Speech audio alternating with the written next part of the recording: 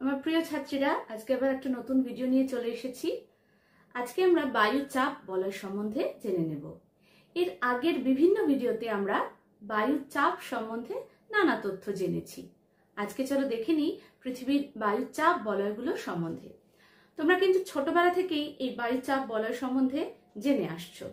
আজকে তার একটু বিশেষ অংশ, একটু বেশি অংশ, কিভাবে বায়ুচাপ বলয় তৈরি হয়, কেন সারা পৃথিবী ব্যাপী এই বায়ুচাপ বলয় বিস্তৃত থাকে, সেই সম্বন্ধে চলো জেনে নিই।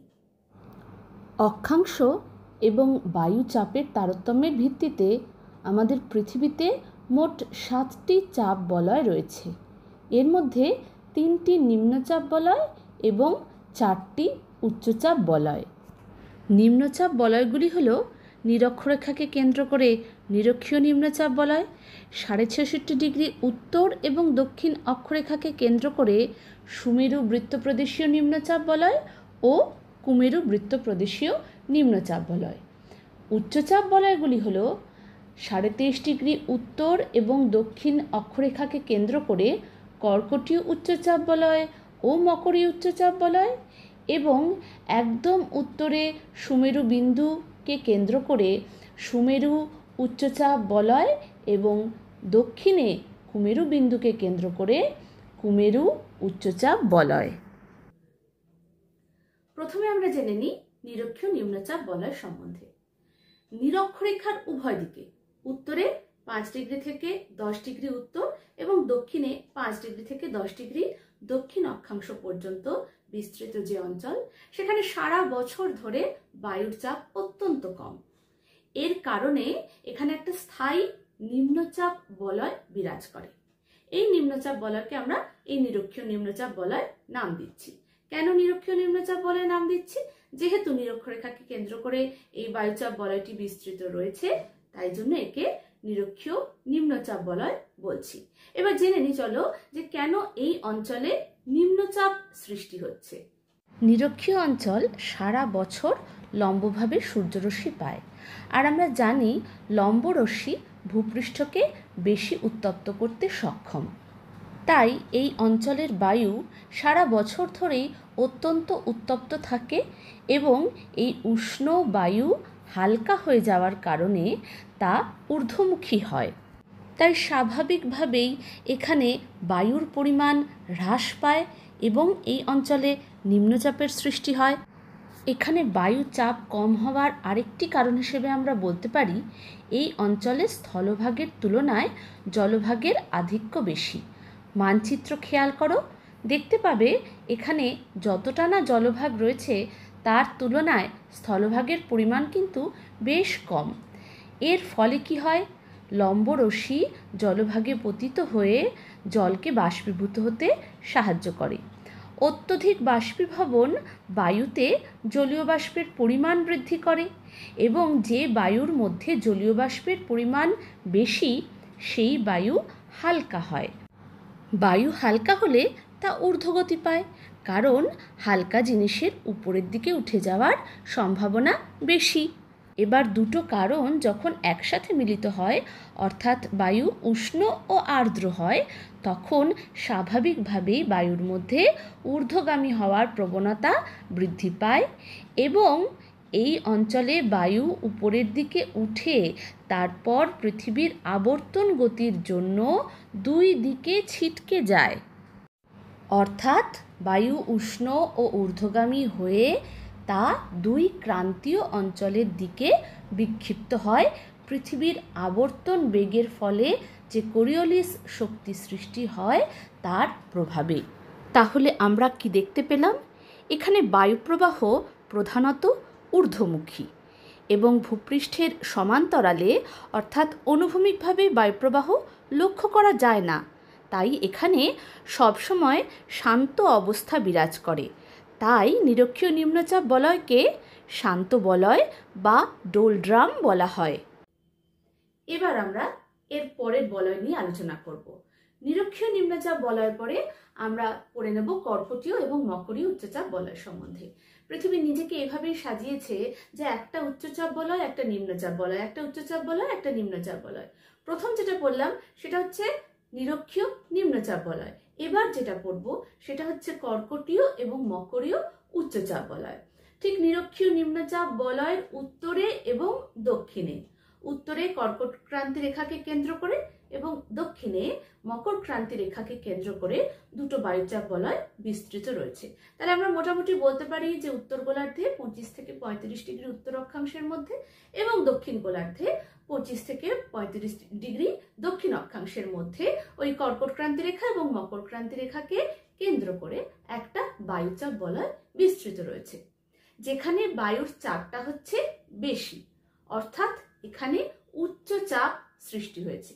তাহলে নিরক্ষীয় নিম্নচাপের পরবর্তী দুটো বলয় হচ্ছে কর্কটীয় উচ্চচাপ বলয় উত্তর গোলার্ধে এবং মকরীয় উচ্চচাপ বলয় দক্ষিণ গোলার্ধে। তাহলে জেনে নিই কেন এই দুই অঞ্চলে বায়ুর চাপ বেশি বা উচ্চচাপ। নিরক্ষীয় অঞ্চলের ঊর্ধ্বগামী উষ্ণ এবং আর্দ্র বায়ু যত উঁচুতে উঠতে থাকে তত ধীরে ধীরে ঠান্ডা হতে থাকে, কারণ আমরা জানি ট্রপোস্ফিয়ারে উচ্চতা বৃদ্ধির সাথে সাথে উষ্ণতা হ্রাসপ্রাপ্ত হয়, তাই ঊর্ধ্বগামী বায়ু আস্তে আস্তে ঠান্ডা হয়ে যায়। এরপর সে ট্রপোপজে বাধাপ্রাপ্ত হয় এবং পৃথিবীর আবর্তন গতির জন্য যে কোরিওলিস ফোর্স তা তাকে দুই দিকে ছিটকে যেতে বাধ্য করে, অর্থাৎ তা আবার এই ভারী এবং ঠান্ডা বায়ু রূপে মোটামুটি 25 থেকে 35 ডিগ্রি উত্তর এবং দক্ষিণ অক্ষরেখা বরাবর নিচের দিকে নেমে আসে, অর্থাৎ উভয় গোলার্ধের উপক্রান্তীয় অঞ্চল বরাবর তা নিচের দিকে নেমে আসে এবং এই অঞ্চলের বায়ুর ঘনত্ব বৃদ্ধিতে সাহায্য করে, যার ফলে এখানে বায়ুর চাপ বেশি হয়ে উচ্চচাপ বলয়ের সৃষ্টি হয়। এর সাথে সাথে পৃথিবীর আবর্তন গতির জন্য দুই মেরু অঞ্চল থেকেও ঠান্ডা এবং ভারী বায়ু নিরক্ষীয় অঞ্চলের দিকে আসে এবং ঠিক একই জায়গায়, অর্থাৎ মোটামুটি 25 থেকে 35 ডিগ্রি উত্তর ও দক্ষিণ অক্ষরেখা বরাবর তা নিচের দিকে নেমে এসে সেই অঞ্চলের বায়ুর ঘনত্ব বৃদ্ধিতে সাহায্য করে ও উপক্রান্তীয় শান্ত বলয় বা কর্কটীয় উচ্চচাপ বলয় এবং মকরীয় উচ্চচাপ বলয় সৃষ্টিতে সাহায্য করে। এই অঞ্চলেও বায়ু উপর থেকে নিচের দিকে শীতল ও ভারী হয়ে অবতরণ করে, তার ফলে ভূপৃষ্ঠের সমান্তরালে কোনো বায়ুপ্রবাহ থাকে না বা থাকলেও তা খুবই মৃদু থাকে, তাই একে উপক্রান্তীয় শান্ত বলয় বলা হয়। একে অশ্ব অক্ষাংশও বলা হয়। এই 25 থেকে 35 ডিগ্রি উত্তর ও দক্ষিণ অক্ষাংশের অঞ্চলটি অশ্ব অক্ষাংশ নামে পরিচিত। তার কারণ সম্বন্ধে আমরা পরে জেনে নেব। আমরা একটু আগে আলোচনা করলাম যে পৃথিবী নিজেকে এভাবেই সাজিয়েছে যে একটা নিম্নচাপ বলয়, একটা উচ্চচাপ বলয়, আবার নিম্নচাপ বলয়, আবার উচ্চচাপ বলয়। তাহলে একটু আগে আমরা পড়লাম কর্কটীয় এবং মকরীয় উচ্চচাপ বলয় সম্বন্ধে। তাহলে পরবর্তী বলয়টা কি হতে পারে? স্বাভাবিকভাবেই এর পরের বলয়টা কিন্তু নিম্নচাপ বলয় হবে। উত্তর গোলার্ধে কর্কটীয় উচ্চচাপ বলয়ের উত্তরে 66.5 ডিগ্রি উত্তর অক্ষরেখাকে কেন্দ্র করে, অর্থাৎ যেটাকে আমরা সুমেরু বৃত্ত প্রদেশীয় রেখা বলি, তাকে কেন্দ্র করে সুমেরু বৃত্ত প্রদেশীয় নিম্নচাপ বলয় বিস্তৃত হয়েছে এবং দক্ষিণ গোলার্ধে মকর ক্রান্তি রেখার দক্ষিণে 66.5 ডিগ্রি দক্ষিণ অক্ষরেখা অর্থাৎ কুমেরু বৃত্ত প্রদেশীয় রেখাকে কেন্দ্র করে কুমেরু বৃত্ত প্রদেশীয় নিম্নচাপ বলয় বিস্তৃত হয়েছে। তাহলে কেন এই দুটো জায়গায় নিম্নচাপ দেখা যায় সেই সম্বন্ধে এবার আমাদের জেনে নিতে হবে। দুই মেরুবৃত্ত প্রদেশে পৃথিবীর আবর্তনের গতিবেগ দুই মেরু অঞ্চল অপেক্ষা বেশি বলে এই অঞ্চলের বায়ু ক্রান্তীয় ও মেরু অঞ্চলের দিকে ছিটকে যায়, ফলে বায়ুর ঘনত্ব হ্রাস পায় এবং তার ফলে এই অঞ্চলে নিম্নচাপ সৃষ্টি হয়। এছাড়া আমরা সকলেই জানি মেরু অঞ্চল অপেক্ষা মেরু বৃত্ত প্রদেশীয় অঞ্চল অপেক্ষাকৃত উষ্ণ, অর্থাৎ যতটা ঠান্ডা মেরু অঞ্চলে থাকে মেরুবৃত্ত প্রদেশীয় অঞ্চল কিন্তু ততটাও ঠান্ডা নয়। তাই দুই মেরু অঞ্চল থেকে আগত শীতল ও ভারী বায়ু মেরুবৃত্ত অঞ্চলে পৌঁছালে তার উষ্ণতা অপেক্ষাকৃত বৃদ্ধি পায় এবং এই উষ্ণ ও হালকা বায়ু তার ফলে আয়তনে বেড়ে এখানকার বায়ুর ঘনত্ব কমায় এবং বায়ুর চাপ কমে যায়। নিরক্ষীয় অঞ্চলে আমরা যেখানে দেখলাম বায়ুতে পরিচলন স্রোতের জন্য বায়ুর চাপ কমে যায়, অর্থাৎ নিচ থেকে উপরে উষ্ণ বায়ু উঠছে এবং তার দুদিকে ছিটকে চলে যাচ্ছে, সেখানে এই মেরুবৃত্ত প্রদেশীয় অঞ্চলে মেরু অঞ্চল এবং ক্রান্তীয় অঞ্চল থেকে আসা বায়ুর সংঘর্ষের ফলে বায়ু ঊর্ধ্বগামী হয়। এর ফলে এখানে বায়ুর চাপ কম হয়। এর পরের বলয় দুটো কি হবে তাহলে? আবার উচ্চচাপ বলয়।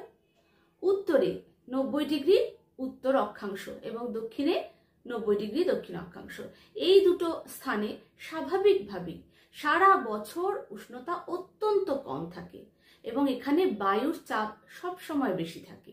তাই সুমেরু বৃত্তপ্রদেশীয় নিম্নচাপ বলয়ের উত্তরে, এই উত্তর মেরুকে কেন্দ্র করে যে বলয়টা রয়েছে সেটা হচ্ছে সুমেরু উচ্চচাপ বলয়। আর দক্ষিণ গোলার্ধে, দক্ষিণে আমরা দেখলাম এর আগে কি ছিল, মানে প্রথমে হলো নিরক্ষীয় নিম্নচাপ, তারপর হলো মকরীয় উচ্চচাপ, তারপর হলো কুমেরু বৃত্তপ্রদেশীয় নিম্নচাপ। তাহলে এবার হবে কুমেরু উচ্চচাপ। একদম 90 ডিগ্রি দক্ষিণ অক্ষাংশের কাছাকাছি অঞ্চলে বায়ুর চাপ সবসময় বেশি, তার ফলে এখানে উচ্চচাপ বিরাজ করে এখানে কুমেরু উচ্চচাপ বলয় সৃষ্টি হচ্ছে। তাহলে এই পুরো 7টা বায়ুচাপ বলয় নিয়ে আমাদের পৃথিবী একদম বিস্তৃত, এবং এই বায়ুচাপ বলয়গুলোর ওপরে নির্ভর করছে পৃথিবীর বায়ু প্রবাহের প্রধান বিভাগ, অর্থাৎ নিয়ত বায়ু প্রবাহ। আচ্ছা, সেই নিয়ে আমরা নয় পরে আলোচনা করতে পারি। তো এখন আমরা যেটা আলোচনা করছিলাম যে কেন উত্তর গোলার্ধে সুমেরু উচ্চচাপ এবং দক্ষিণ গোলার্ধে কুমেরু উচ্চচাপ বলয় সৃষ্টি হলো, সেই সম্বন্ধে আগে জেনে নিই। সারা বছর মেরু অঞ্চলে তির্যক রশ্মির জন্য উষ্ণতা হিমাঙ্কের বহু নিচে থাকে, ফলে বায়ু অত্যন্ত শীতল ও ভারী হয়। এছাড়াও এখানে তির্যক সূর্যরশ্মির সাথে সাথে সমুদ্র জমাটবদ্ধ থাকে, অর্থাৎ সমুদ্রের জল বেশিরভাগ সময়ই একেবারে বরফে পরিণত হয়ে থাকে, ফলে এখানে বাষ্পীভবনের হারও খুবই কম এবং বায়ু বাষ্পহীন বলে তা শুষ্ক, অর্থাৎ বাষ্পহীন শুষ্ক বায়ু যথেষ্ট ভারী। বায়ুর নিমজ্জনও এখানে উচ্চচাপ সৃষ্টির আরেকটি কারণ। মেরুবৃত্ত প্রদেশীয় বায়ুর কিছু অংশ এখানে অবতরণ করায় বায়ুর পরিমাণ ও ঘনত্ব এখানে বৃদ্ধি পেয়ে থাকে এবং সুমেরু ও কুমেরু উচ্চচাপ বলয় সৃষ্টি করে।